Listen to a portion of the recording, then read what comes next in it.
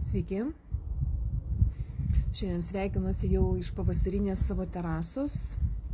Jeigu kartais praskris čia gervės, tai nieko tokio. Taigi šiandieną noriu dar kartą kalbėti apie cholesterolį, apie statinus, apie širdies kraujagyslių ligas. Ir šiandien aš jums noriu tiesiog pateikti pačias šviežiausias, karščiausias naujienas iš statinų pasaulio. Čia prieš ne šį, bet praėjusį savaitgalį vyko tokia konferencija medikams, medicinos darbuotojams, vaistininkams. Ir vienas pranešimas buvo apie statinus, kuris ir nurodo būtent, kokios yra gairės tolimesnės, kaip mes gydysimės širdies kraujagyslių ligas ir kas naujo yra cholesterolio rinkoje. Jeigu mane stebite, tai tikrai ne kartą kalbėjau apie cholesterolį, apie cholesterolio mitą, bet nepaisant to faktą turime pripažinti, kad lietuviai mirštame labiausiai nuo širdies kraujagyslių ligų, tai yra apie 57% visų mirčių sudaro mirtis nuo širdies kraujagyslių ligų ir faktas, kad mes turime kažką daryti. Ir dabar statinai. Ta tema yra tokia, statinai yra labai keisti vaistai, kurie yra labiausiai nekenčiamiausi turbūt. Ir apie juos daugiausiai kalbame. Ir yra dvi stovyklos pasidalijusios, vieni už, kiti prieš. Ir aš pati esu tam tikrose grupėse, kur žmonės tiesiog tarpusavį labai pasidalinę. Vieni sako, va, keiskit gyvenimo būdą, čia jūs tą chemiją gersit, kiti sako, tai pasitikėti reikia gydytojais, o žodžiu, jeigu nenorit gerti vaistų, tai va ir mirkite. Ir kas padarė tokią įtaką, kodėl čia tiek daug labai yra nesutarimo?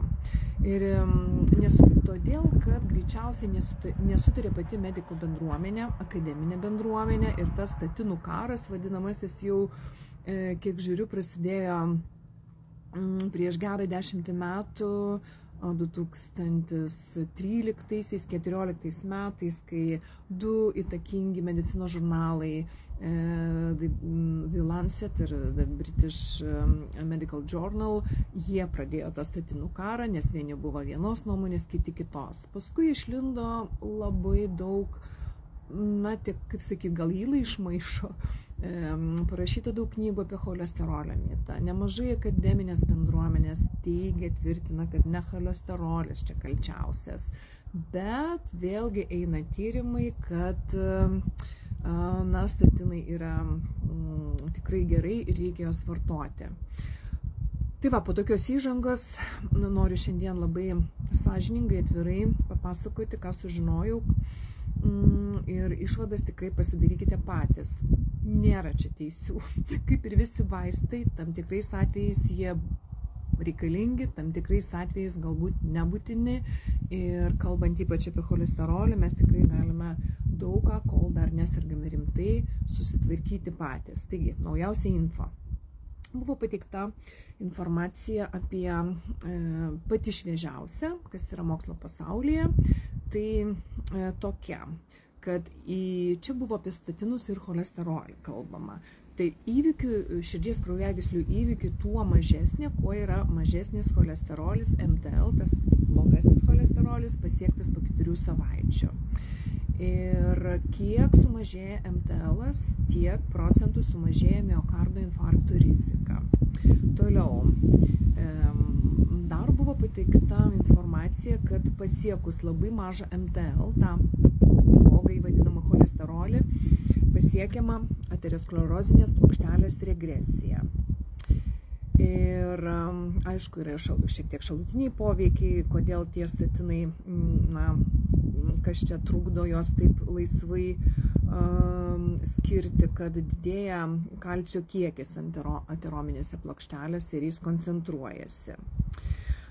Toliau, apie šalutinius poveikius. Buvo pateikta informacija, kad 90% šalutinių poveikių yra vadinamasis nocebo efektas, kad tai yra psichologinis efektas nuo pavadinimo statinai.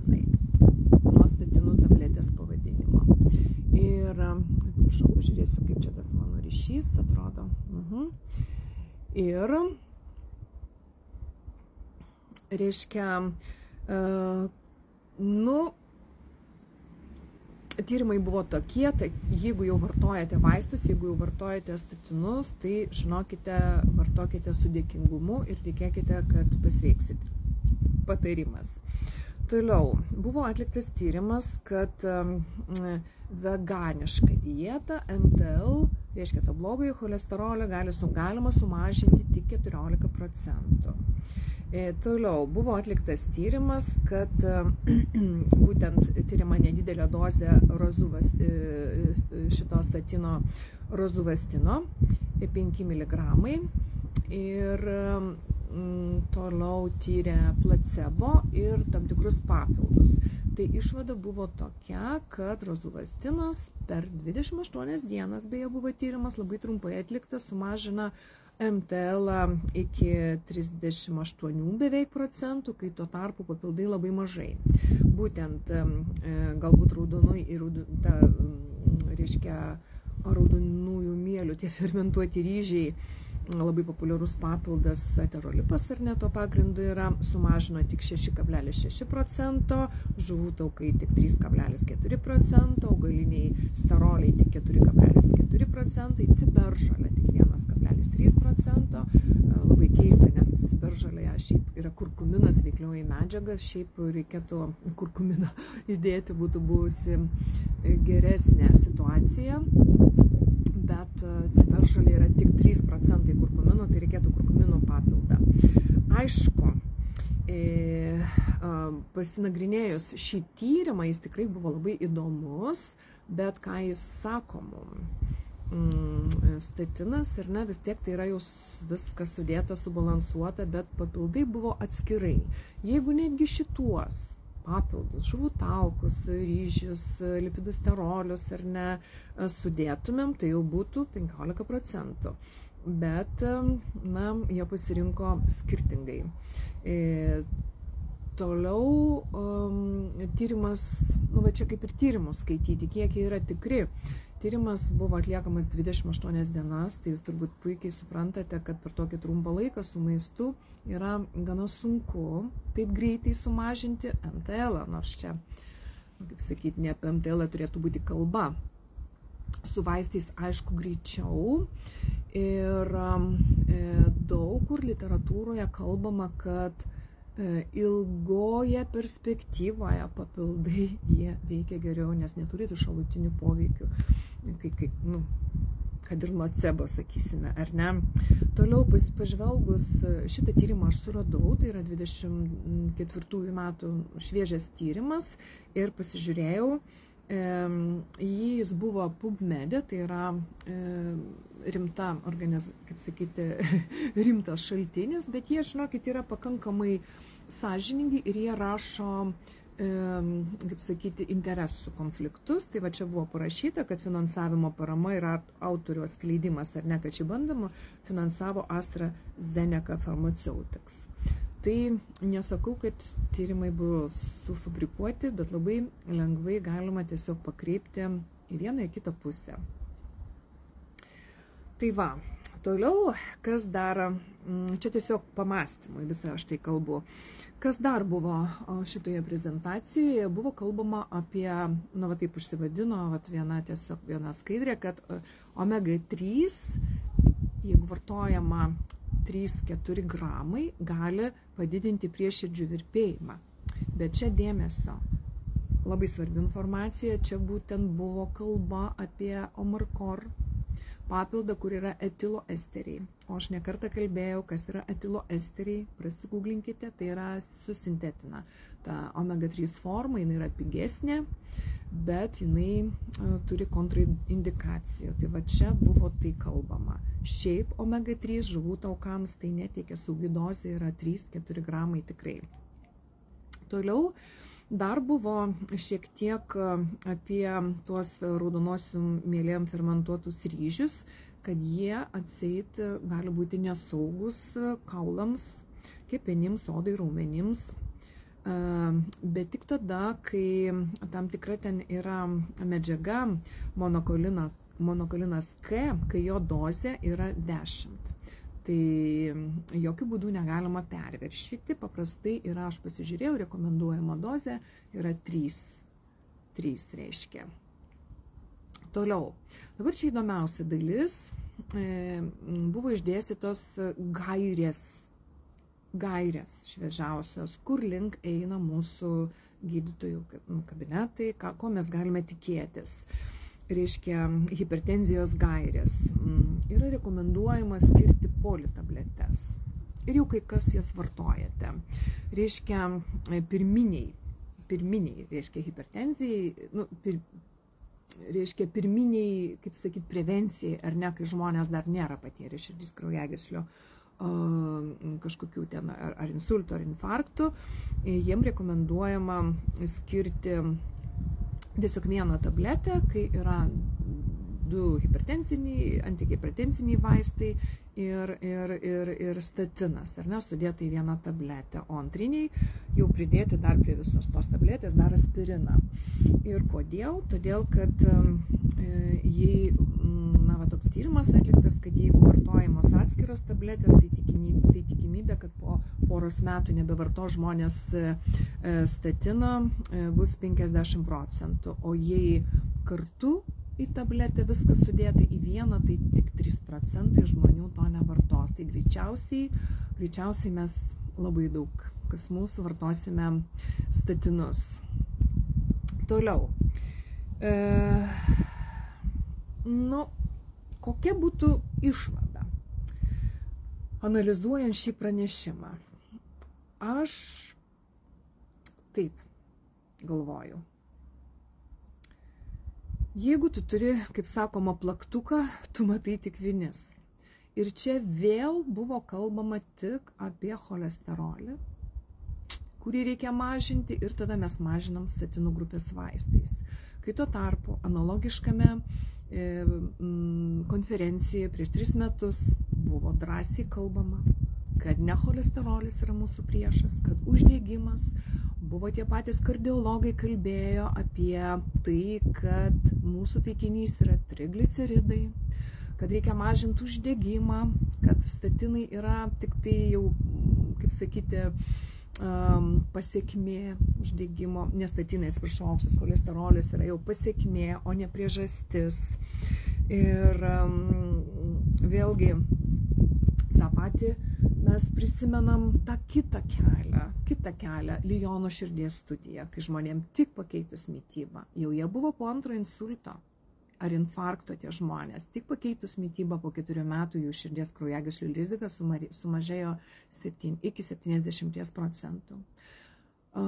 Vėlgi kita akademinė bendruomenė kalba priešingai, net Lietuvoje prieš porą metų atliktas lietuvių širdies tyrimas, lietuvių cholesterolio tyrimas. Apie jį aš esu rašiusi, susiraskite www.sveikatožurnalistė.lt, ten yra apie tai parašyta, galite praguglinti, YouTube'ai tai yra rasti galite tą tyrimą, kai buvo ištirtas tikrai milžiniškas kiekis vidutinio amžiaus lietuvių lipidogramų, tai buvo cholesterolio tyrimų pagal pirminės sveikatos priežiūros programą, ir paaiškėjo, kad į tą MTL normą, to blogojo cholesterolio normą pataiko tik 19% asmenų. Tai vadinasi, visiems kitiem šiaip galima būtų jau skirti tą politabletę gal. Kad didžioji dauguma, tame lietuvių cholesterolio tyrime, kad didžioji dauguma, 68%, beje skliausteliuose parašyta, sveika populiacijos dalis nesirgė širdies kraujagyslių ligomis, turi padidėjusį MTL cholesterolį tarp 3 ir 5 milimolių. O tą jau tikrai virš 5 milimolių turi tik apie 14% vidutinio amžiaus žmonių.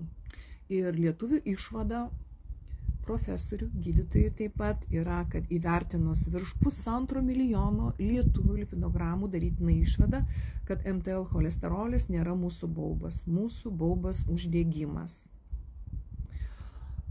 Tačiau,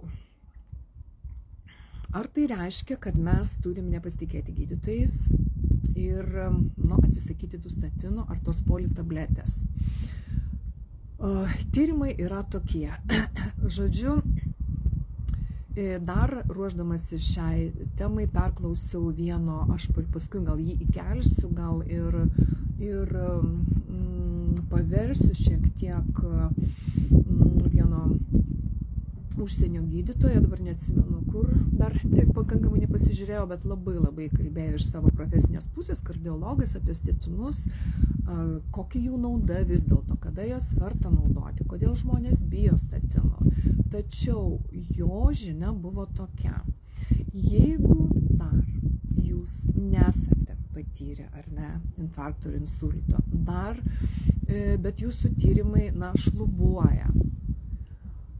Ir sako, ir gydytojams tą patį, ir pacientams, sako, paimkite 6 mėnesius ir pabandykite susitvarkyti tuos savo rodiklius.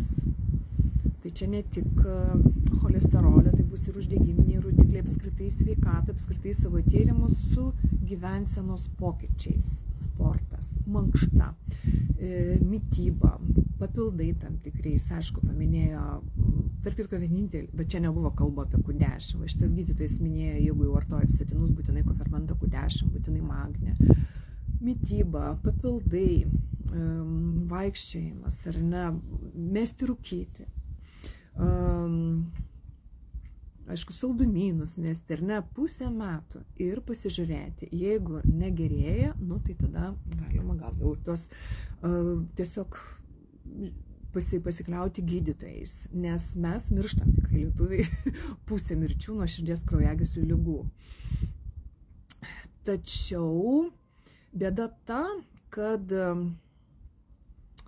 čia mūsų dabar tiesiogiai klauso 80%, tai gal čia tokie žmonės klausome, kurie domimės. Bet turbūt 80% žmonių nedarys pokyčių, nes vaistų kelias yra paprastas.